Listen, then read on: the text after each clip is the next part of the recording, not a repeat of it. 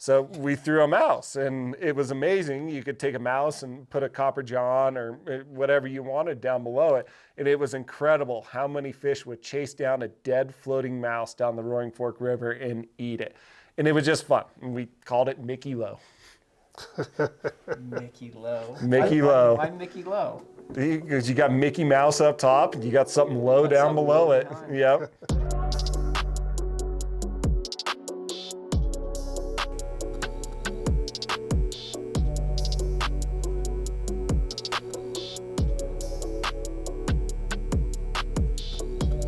Hey guys, thanks for tuning in for another episode of Flies For. Today we're doing Flies for Dry Dropper, and we are in Taylor Creek Fly Shop in Basalt, Colorado.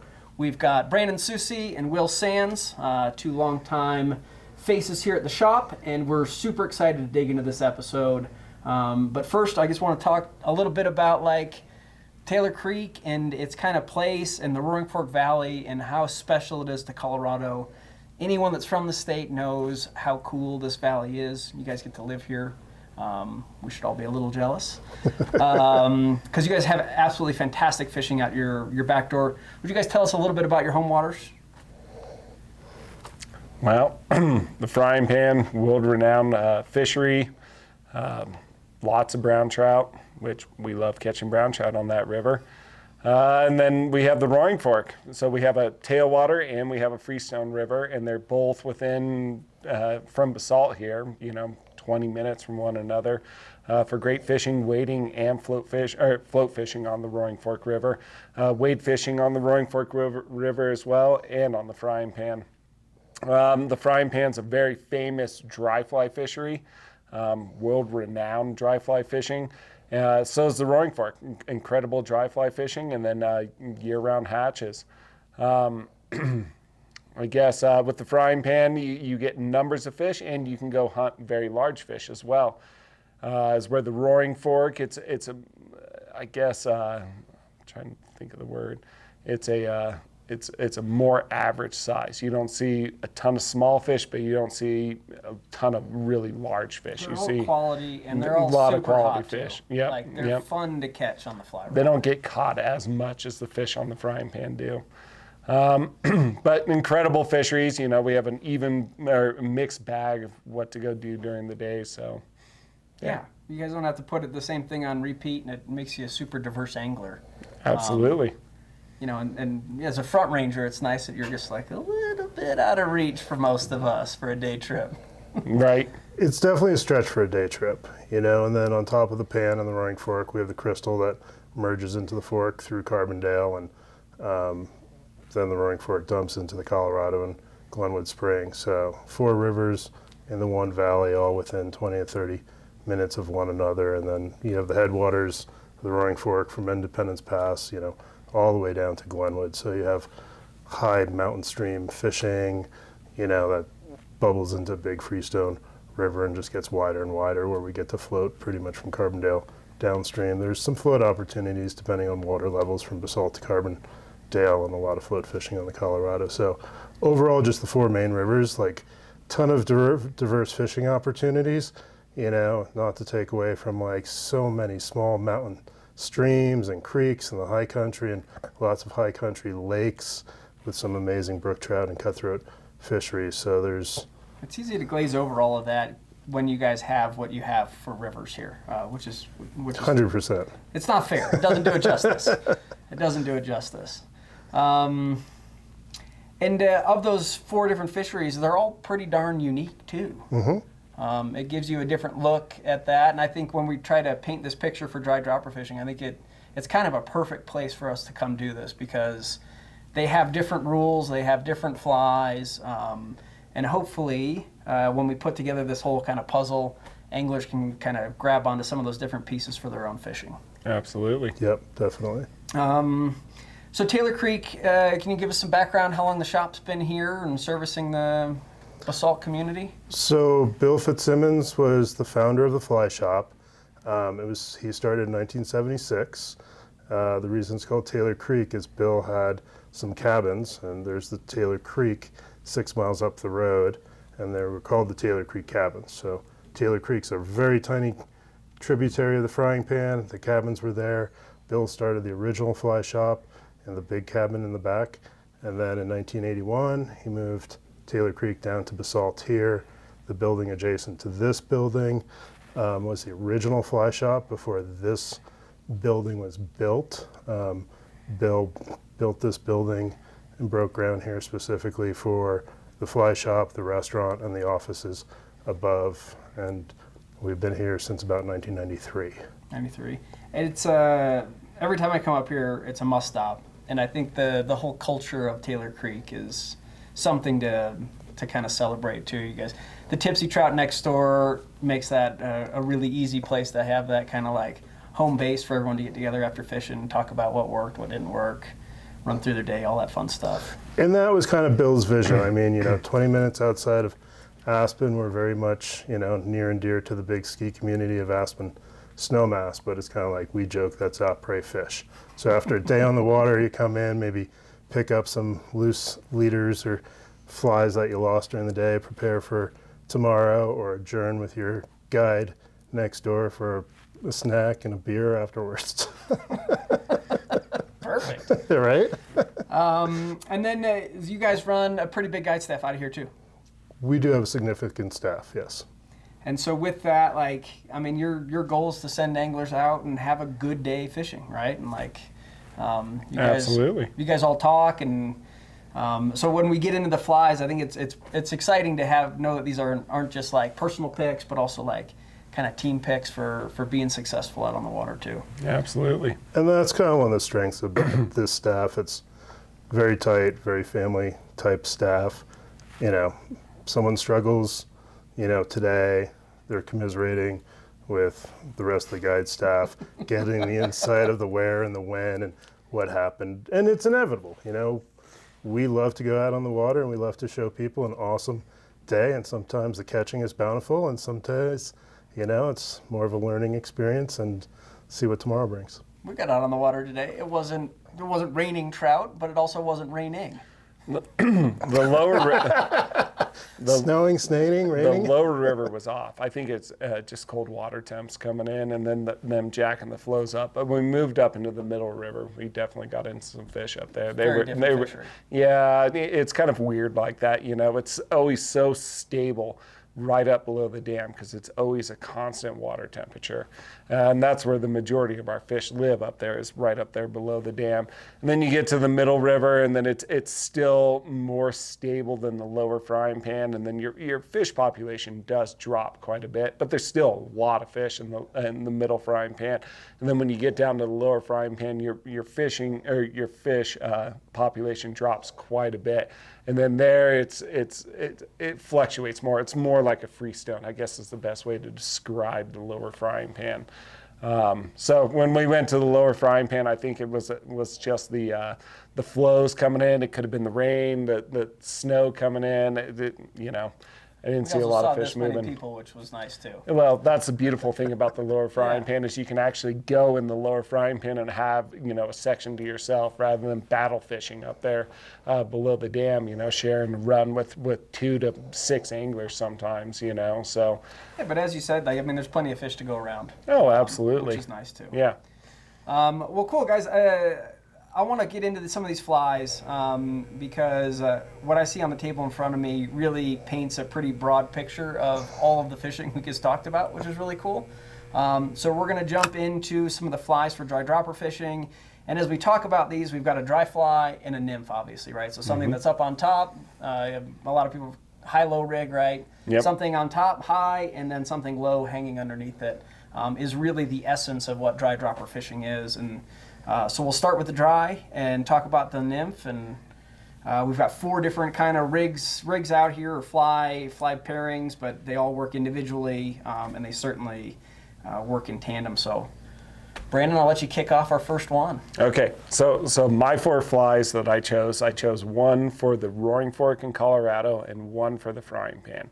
So typically, come springtime to even early summer, lot of stoneflies in our rivers. I love fishing fishing the stoneflies. It's very abrasive. You can fish, heavy tippet and be aggressive. Get it right up in the pockets. I love that, especially when I'm floating. I love, so many guides love to fish way out off the bank and hit that first, second, third seam. I love being the guide that's right up there on the bank. It's exciting to me. It's exciting to my clients. So one of my favorite dry flies is the chubby Chernobyl. This fly floats incredibly well. You can put a lot of weight below it, but visually for people, they can see it really well, and it's absolutely incredible when a large fish comes up and eats this fly. It's so exciting to see a fish come up and eat that fly. So that's one of my number one or high-low flies for floating. One of my other favorite flies is the Pat's rubber legs. I love hanging the Pat's rubber legs down below it. Not only is this fly really cool to see it, but it can support all that weight, and it's an indicator dry fly is what it is. It's an indicator with a hook in it. And one of my favorite stonefly nymphs is the Pat's rubber legs. It's that profile of it falling in the water. Another reason why I think the fish really like is it falls really fast. It looks like a stonefly scurrying for the bottom, trying to hide. That's what I love, throwing it up on the bank. It looks like it's trying to run and hide. So many days when I'm out there floating on the river, when a client makes a cast and it lands up there on the bank, that fly looks like it's scurrying, and it'll hit the water and it'd be in there for 2 to 4 seconds, and that hopper is ripping under. That fish has seen it hit, looks like it's trying to run, and that fish turns and chases it down and eats it. So it's a really exciting way to float down the Roaring Fork or Colorado River and catch fish. And I can truly honestly say a lot of my largest fish I've ever caught out on that river are either on the Pat's rubber legs or on the chubby Chernobyl. It's a big meal. It's a T-bone steak floating down the river. Why wouldn't they want it, And I love it as a fishing guide because the chubby Chernobyl, I can put that on, heavy tippet, odd X, 1X, and, really don't lose it. And I always get people that say, wow, you're really putting on heavy stuff. And it's like, well, how many times are you nymphing and a fish comes up and eats a bobber on 25 pounds? They don't care. Mm-hmm. They're not up there inspecting the tip and like, oh, it's not on 6X, I'm not going to eat it. So that's one of my favorites for the Roaring Fork and Colorado River. And the frying pan. It has a time on the frying pan as well. In this rig, what are your confidence colors? We've got the royal one here and the coffee. Do you have like a color you love the best? Definitely coffee is my favorite in the Pat's rubber legs. That's my go-to. Later in the fall, I'll fish the blonde Pat's rubber legs because I think those stoneflies are molting. They tend to really like that in the fall. But definitely early summer and all the way, late spring, early summer and all the way through the summer, especially when we kind of get some of those rainy days when we get mud in the water. The coffee color is my absolute favorite. The majority of my fly box, you saw it earlier, it's all coffee. You can see I got some of the odds and ends colors in there. Like, well, let's try this. I've never tried an orange one, but coffee is hands down my favorite color. And then, so that's my Roaring Fork in Colorado, kind of float, fun, aggressive kind of fishing. So for the frying pan, we do use high-low quite a bit. I chose a Parachute Adams just because that's a classic dry fly. People can see it really well. It emulates a lot of different insects. It's not specific to one insect. It kind of emulates it all. And then my other one is the pheasant tail. That's for the frying pan. That's one of my favorite flies. In general, that's one of my favorite flies. It just emulates all mayfly nymphs. So I chose a non-beaded one just because up there on the frying pan, a lot of times when you're having a big hatch, the blue-wing olives and the PMDs are swimming towards the surface. They're not down deep. They're kind of suspended in the water column. And so when we do have a big hatch, it's very productive not to have that bead. You're not trying to swing it below that dry fly. You're kind of trying to get the ride in the water column. Another cool thing you can do with this when there is a big hatch and you see the fish rising, but you don't actually see them eating adults or eating emergers, throw some grease on that thing. Throw it in your powder. It'll just sit right on the surface. That's one of my tricks to catching large fish up there when they're being extremely picky. When they're not actually wanting to eat dry flies with hackle or anything. I'll have the hackle dry fly up top so you can see it, but then I'll grease and float that so it's sitting right there in the film right behind it.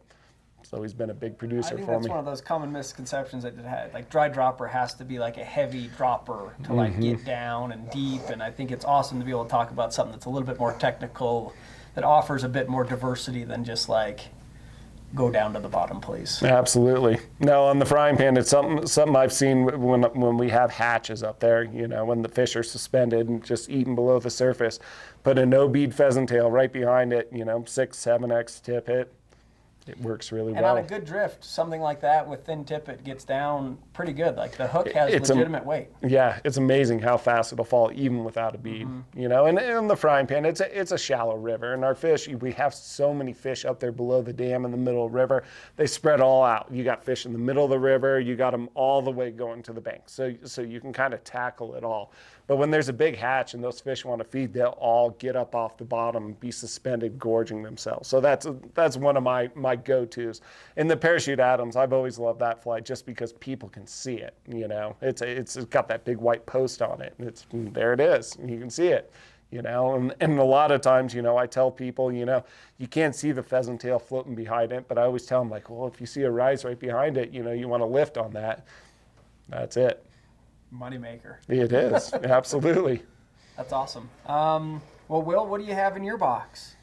I've got a couple things here, but to like kind of just piggyback on the conversation, you know, especially on a river like the Frying Pan, like when those hatches are just getting going and you're noticing fish suspending in the water column, like the dry dropper rig is so effective, but you know, there's a point where the majority of those nymphs are now within the surface column and they're stuck in the surface film, and that's where, like, you know, Brandon's combination here or a mold fly behind it in the film, or even, you know, some type of spinner slightly drowned, like that dry dropper combo, I do think is often thought of as like a heavy, stout nymph to get down super fast. Which we talked about, and it makes sense. Yeah, Time it and does. place, right? And that's where we fish it all the time. But in more technical fisheries, like the pan, the dry dropper is very effective, where you may not be able to see that dropper just beneath the surface, but that Parachute Adams are your favorite flies. And,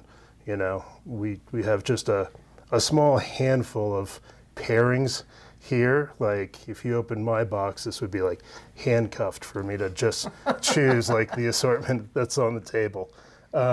So my assortment here first is a yellow humpy and a 2-bit hooker.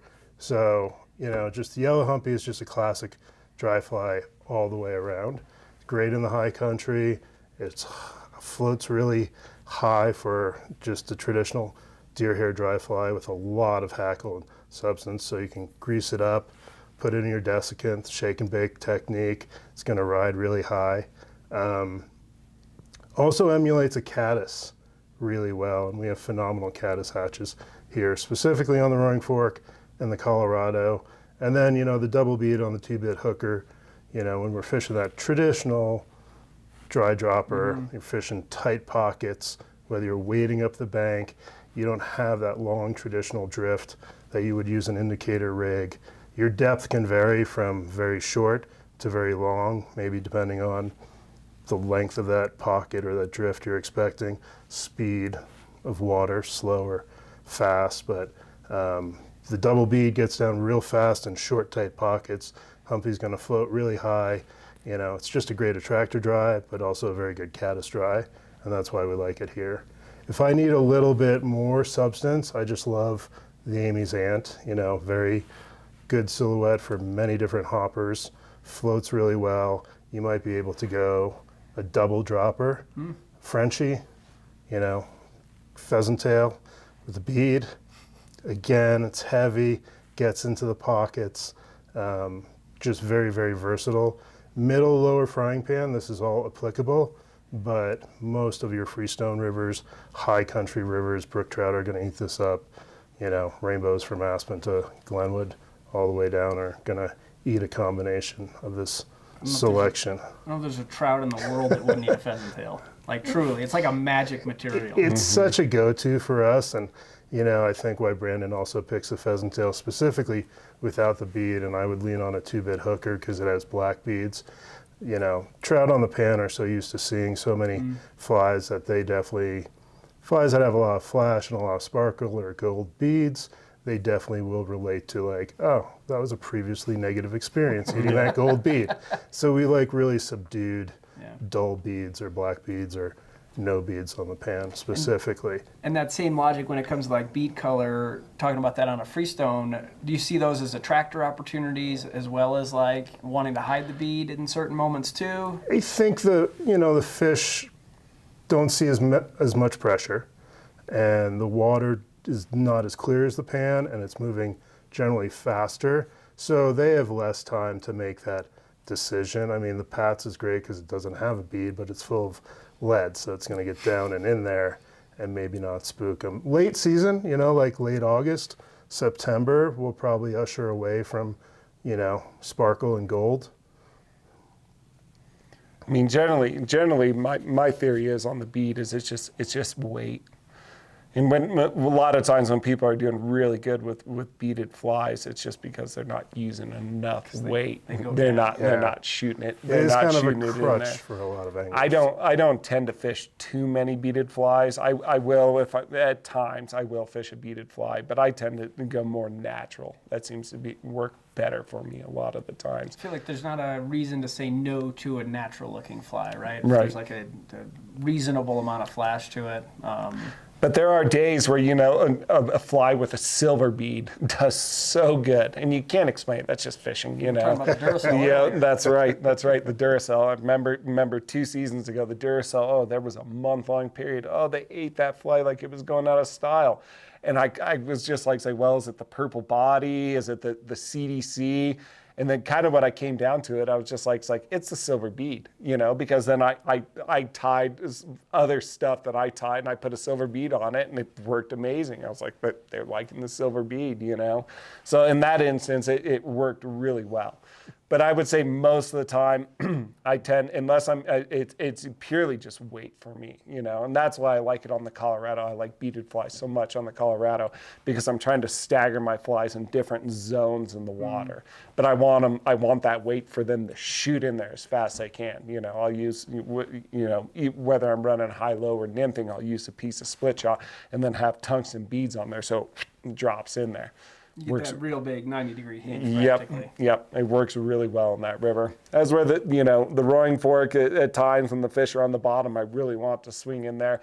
But when the fish are eating emergers, I don't want to swing in there. I want my weight to put it in there, or I'll fish I'll run a hopper and fish a beaded fly, and then I'll put a fly with no weight on there. So the beaded fly swings in there, and then my back fly that's not weighted kind of slowly falls in there. It looks a little bit more natural. I think, a lot of times people don't talk about like the vertical drag of the bead kind of slamming down, looking very unnatural compared to like a nice gentle glide. Right. Versus the pellet coming down. Right, exactly. And I guess it's just the time of year. Like Will was saying, later in the season, we typically have to kind of start steering away from beads and fish a lot of like natural stuff and have that real natural look to the drift.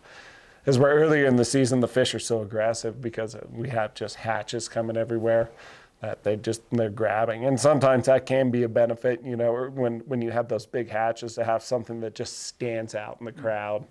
The trout seem to, especially when you're floating on the roaring fork, you don't have time to sit and throw in a pocket as many times as you want. You're rolling in, you want one shot in there and you want to get that aggressive fish and you want the person come behind them getting that aggressive fish, and then you're floating down the river catching fish. Next one. Yep, next one. It's a super fun way to fish. Absolutely. So like when we're talking about dry dropper rigs, like what is like we talk about best day at Umpqua. Like what does a best day look like with dry dropper? Is it like fishing's so good you just cut off the dropper? Is it like a pretty even? I mean, that's just like Will said. I mean, if they're eating dry flies, that's typically what everybody loves. It's the whole visual aspect of seeing the fish.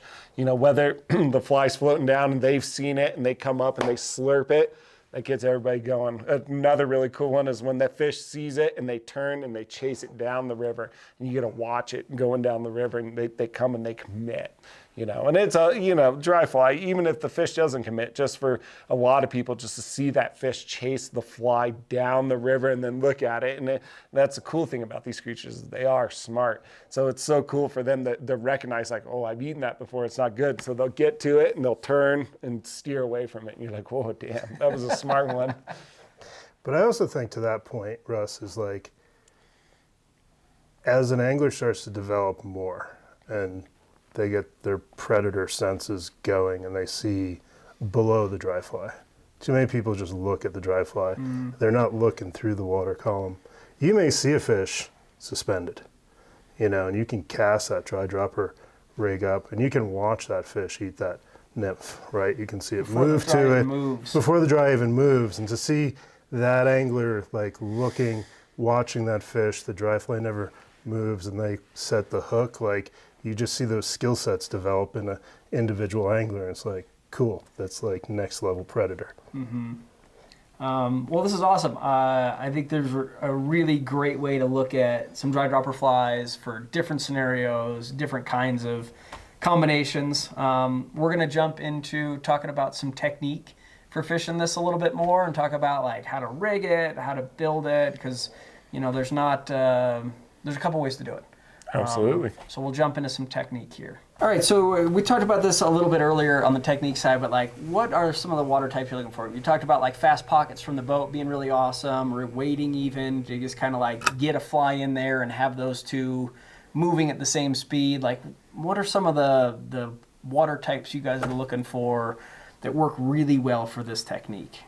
I think we need to get a bug down, generally kind of quick, in a short window where like an indicator rig would be too long. You're not going to get that drift. That's where like, then you have the benefit of having a dry fly to get that dry fly eat, or hopefully maybe that visual nymph eat, but just more short and tight windows.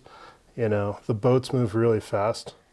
Roaring Fork's a big gradient river, and it's a lot of fun just to pick those pockets instead of pulling your boat off and fishing those long, slower outside seams. It's kind of more intimate to get uptight and better casting, more fun, a little bit faster paced. You don't feel like you're doing the same cast twice ever. Yeah, this one comes in here, this one goes there.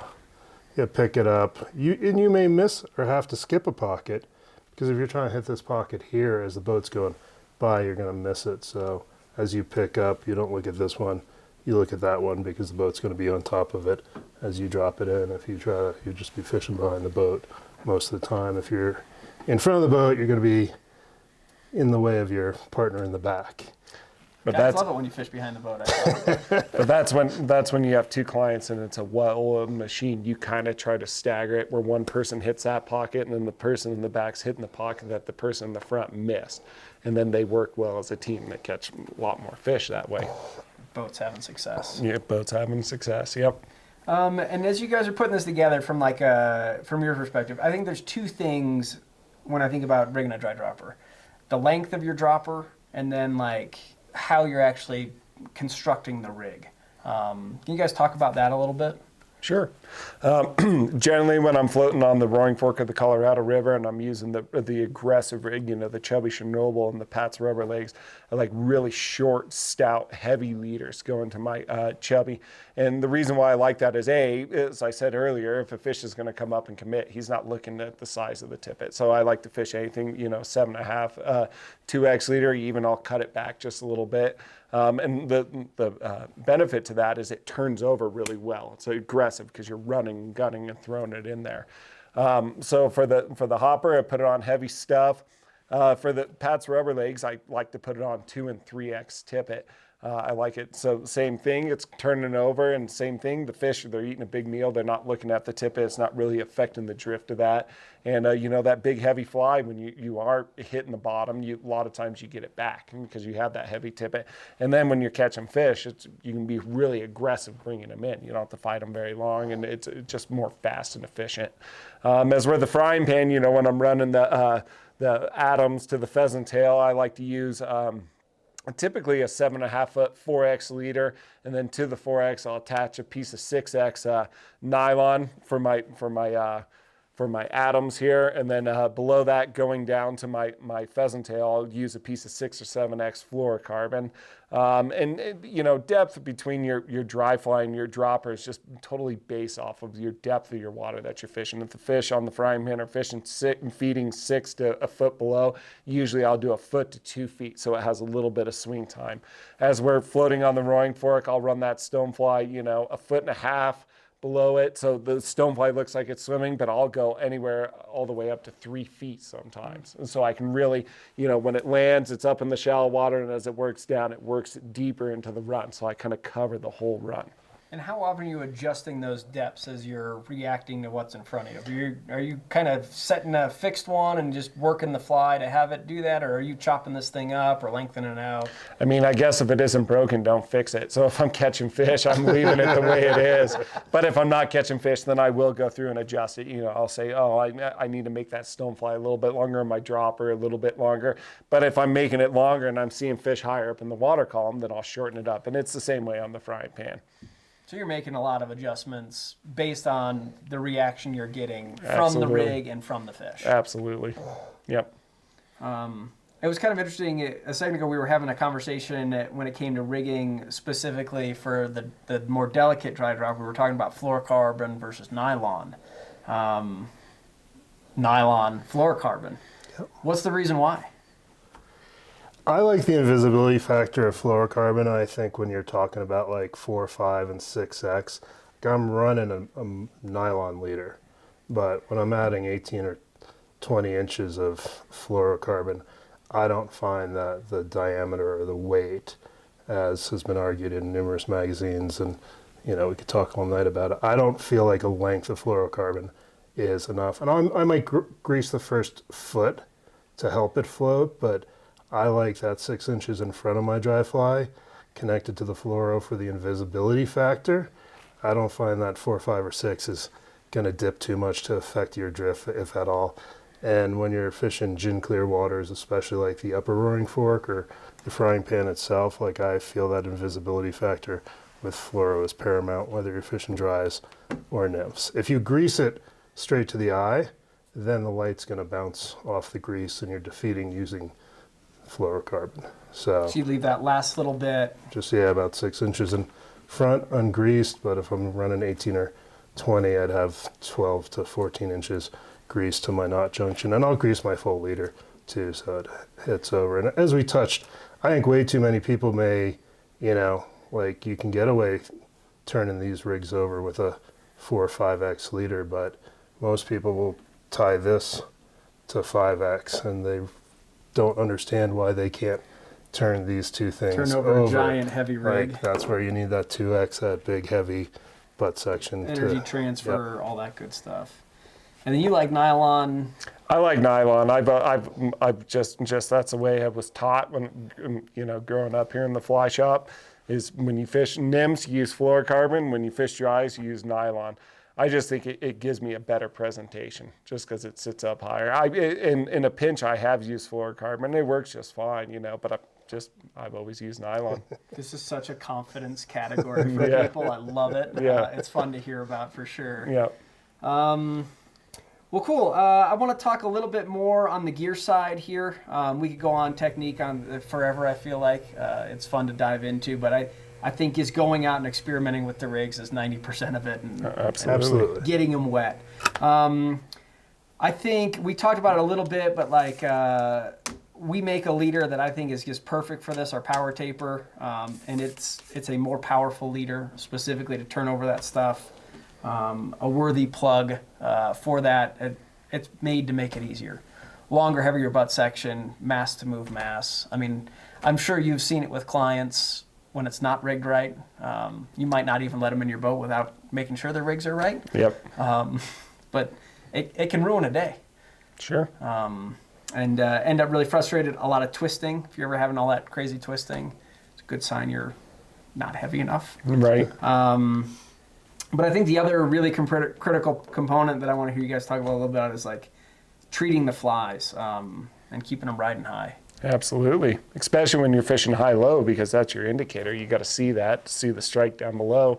If that fly's sitting below the water, it's a little hard to see, the fish biting the nymph if you can't see the nymph or see the fish moving. So it's something I go through a lot through the season. There's a lot of floating, especially, when I'm out floating the chubby, I love to keep it high and dry. So when I'm rolling, running and gunning, it's up there really high, And even on the frying pan, I feel like that's one thing that hurts so many fishermen up there during dry fly season is their fly sits too low. Those fish are incredibly smart. They know what a fly looks like. If the fly sits too low in the water, they can swim up and see it, and they go, oh, that's a parachute Adams. I've eaten that before. But if you can get that fly to sit so high, they can't quite figure out what it is. So if you ever see me out on the river, you'll constantly see me drying the dry fly, keeping the dry fly real high. That's one of my main things. So I think it's such an overlooked piece of absolutely the puzzle when it comes to any dry fly fishing. I see it all the time on the frying pan. There'll be somebody downstream of me coming up, asking, what fly are you using? Oh, I'm using a parachute Adams. Like, well, I got that on too. It's like, but are you keeping it dry? Is it high? I mean, on a good day, you'll come covered in this white stuff, and people are like, whoa, what were you doing all day? It's like, well, I was guiding. Yeah, it was dry fly fishing was great. No, I wasn't partying.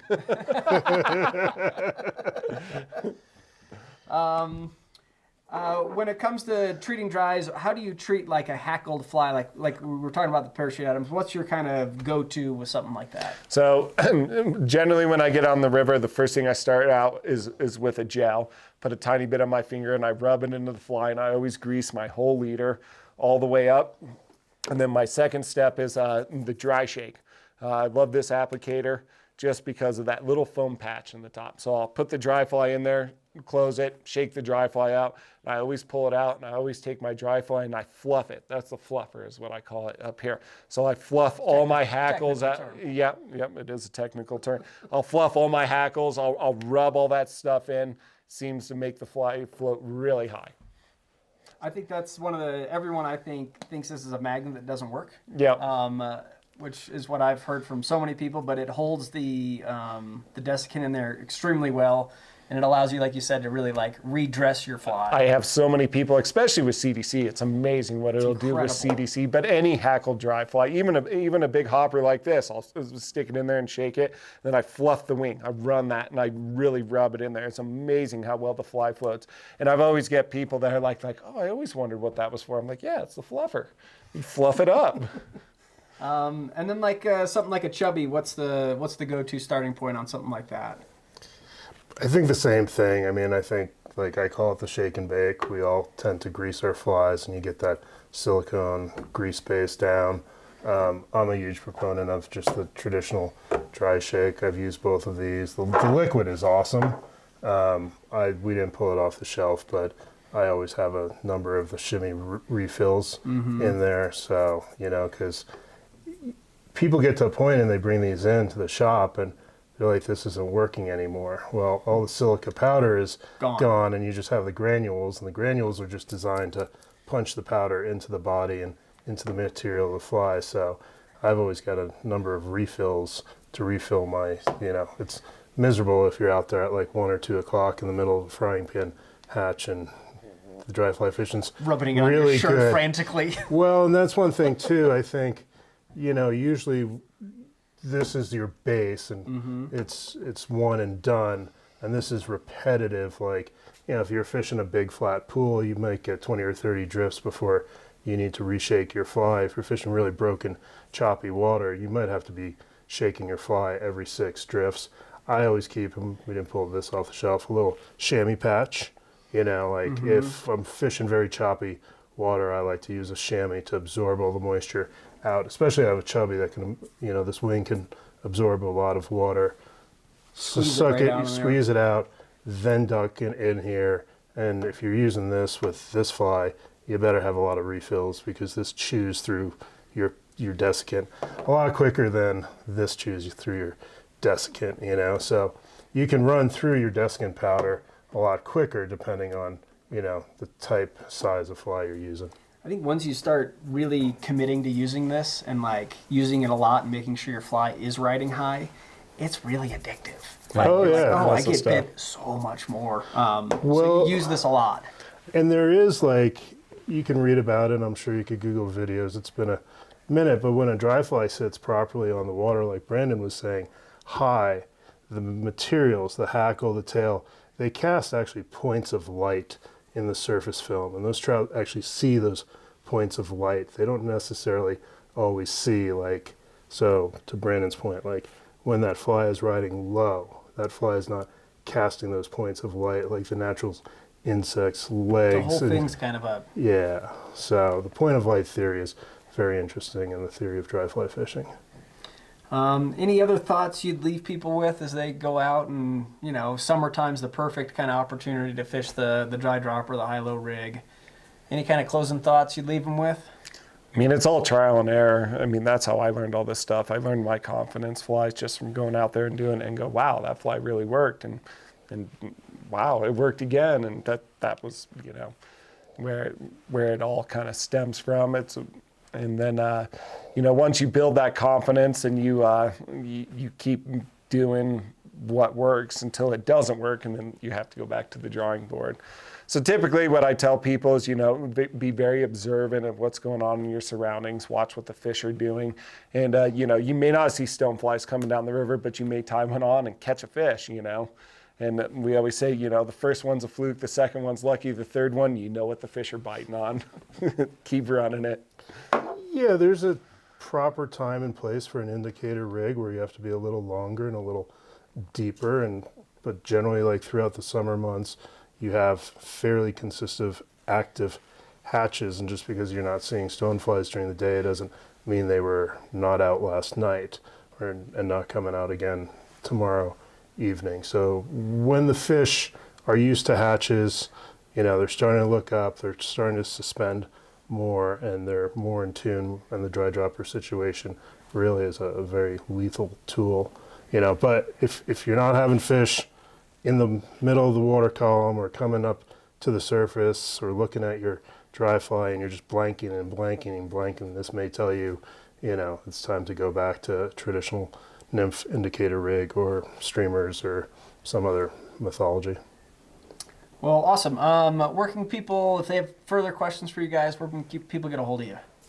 They can call us here at the Fly Shop. They can email us here at the Fly Shop. So, well, I hope you guys take the chance to reach out to these guys. A wealth of knowledge here for the Roaring Fork Valley. Thank you guys so much for sharing some of that with us today. Absolutely. Guys, make sure to like, subscribe, and stay tuned for our future episodes of Flies 4. Thanks for tuning in.